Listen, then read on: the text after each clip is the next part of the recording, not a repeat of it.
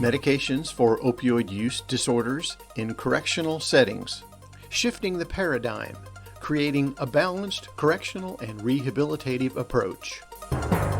The Opioid Response Network is funded by SAMHSA to provide resources and technical assistance needed locally to address the opioid crisis.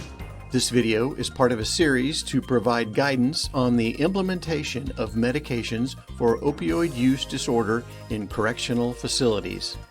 Leading corrections and behavioral health experts present information on topics such as the use of medication, models of delivery, diversion, and linkages to care and community support. An interview with Linda Hurley, President and CEO of CODAC Behavioral Healthcare. I am the President and CEO of CODAC Behavioral Healthcare, and we are the largest, oldest, and only nonprofit provider of behavioral health care in Rhode Island, with a specialty in the treatment of opioid use disorder. How did CODAC Behavioral Healthcare get involved with the Rhode Island Department of Corrections? There's a very cool synergy in Rhode Island. You know, we're small, we're the size of a peanut, shaped like a peanut, the old joke.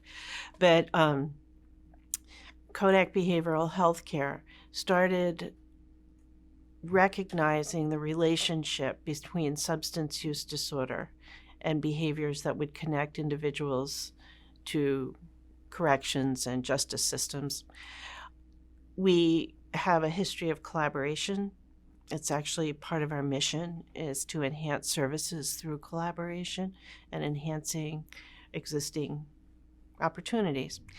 So at the same time that was the development of CODAC, we were in a state where our correctional department was also one of the more progressive relative to rehabilitation. So as far back as the 70s, CODAC was providing parenting programs for the women's prison, providing DWI trainings for those that had multiple DWIs and were hence incarcerated. So the relationship went back pretty far. 1994, we started using a courier to take the medication from our dispensaries in our OTP program into the prison for pregnant inmates. And from that point, our relationship developed.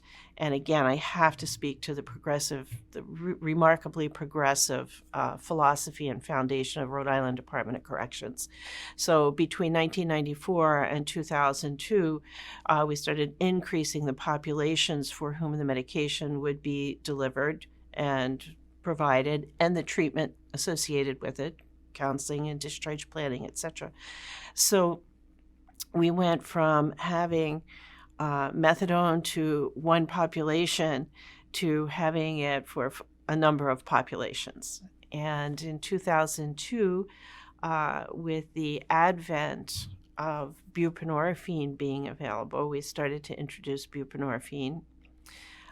From 2002 to 2014, whenever, frankly, there were dollars, we would expand the populations for whom we could provide this service, working very, very closely with the medical department at the Rhode Island Department of Corrections. In 2014, Dr. Jennifer Clark, who at this point everyone is aware of, we had the honor of partnering with her to create the Enhanced Medication-Assisted Treatment Program, as it was called then. And that's the history. And I think one of the takeaways from that is that much of what we're doing right now, when we're really turning a system on its head a bit, there's a lot of culture change in providing this particular medication and comprehensive treatment within the institutions of corrections, that relationship is so critical. Relationship is so critical. And for any systems growth, any systems change, there needs to be the nurturing of relationships that then create transparency and trust. And that's how we move this forward. And I believe that we were fortunate enough to have an extended period of time in order to develop that. because in 2014 is when the model really got to be enabled. And I have one slide that I often use when I'm presenting on this, and it shows parallel process across the board so that it's collaboration on a state level, and then collaboration between state agencies. And at the same time that we have these horizontal parallel collaborations happening with providers and then with recipients of care, it also becomes vertical. And that is a very strong foundation for systems change like this. Will states without a progressive Department of Corrections be able to follow a model like that in Rhode Island? Basically, the model itself is very simple. There's sound medical principles that we know this is a chronic relapsing disease of the brain, according to 2018 or 17 AMA. Chronic relapsing disease of the brain. What do we do for it? We provide behavioral healthcare, counseling, psychosocial interventions. We provide the medicine when it's indicated. And just like with any other disease, we provide education so that lifestyles can be created to support what's healthy. So it doesn't have to be statewide. It can be countywide. It can be townwide. It could be a jail with 6 people with opioid dependence. We presented yesterday a panel that showed 4 different models. And one of those was a smaller county in Massachusetts. And they don't have a large number, but they honor that they're individuals that have this disease.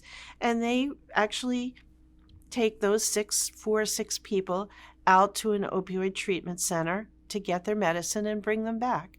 So that's small. It's small and it works.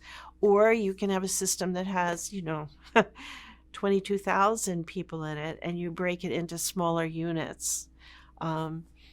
It can be done. You follow the principles. The operations themselves are just going to reflect the logistics of that area.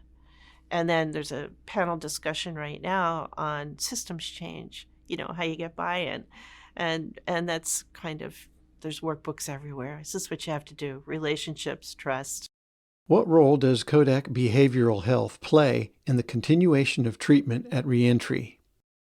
An enhanced MAT program means that, or a treatment program utilizing MOUD, means that all FDA medications for this disease are available. At this point, it's 3 in different formulations to anyone coming in or already incarcerated that needs it.